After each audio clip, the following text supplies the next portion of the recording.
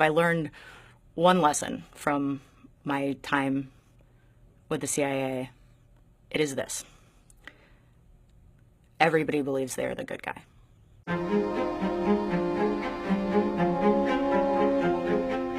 I was an officer with the CIA clandestine service and worked undercover on counterterrorism and intelligence all around the world for almost 10 years. The conversation that's going on in the United States right now about ISIS and about the United States overseas is more oversimplified than ever. Ask most Americans whether ISIS poses an existential threat to this country, and they'll say yes. That's where the conversation stops. If you're walking down the street in Iraq or Syria and ask anybody why America dropped bombs, you get, they were waging war on Islam.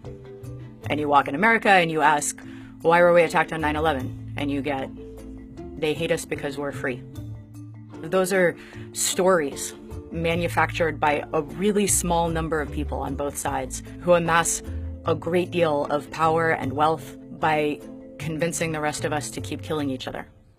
I think the question we need to be asking as Americans examining our foreign policy is whether or not we're pouring kerosene on a candle. The only real way to disarm your enemy is to listen to them. If you hear them out, if you're brave enough to really listen to their story, you can see that more often than not, you might have made some of the same choices if you'd lived their life instead of yours.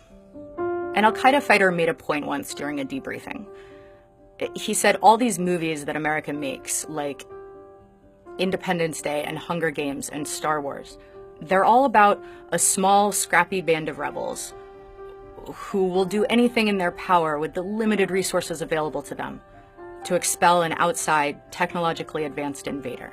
And what you don't realize, he said, is that to us, to the rest of the world, you are the Empire, and we are Luke and Han. You are the aliens, and we are Will Smith. But the truth is, when you talk to the people who are really fighting on the ground, on both sides, and ask them why they're there, they answer with hopes for their children, specific policies that they think are cruel or unfair. And while it may be easier to dismiss your enemy as evil, hearing them out on policy concerns is actually an amazing thing, because as long as your enemy is a subhuman psychopath that's going to attack you no matter what you do, this never ends. But if your enemy is a policy, however complicated, that we can work with.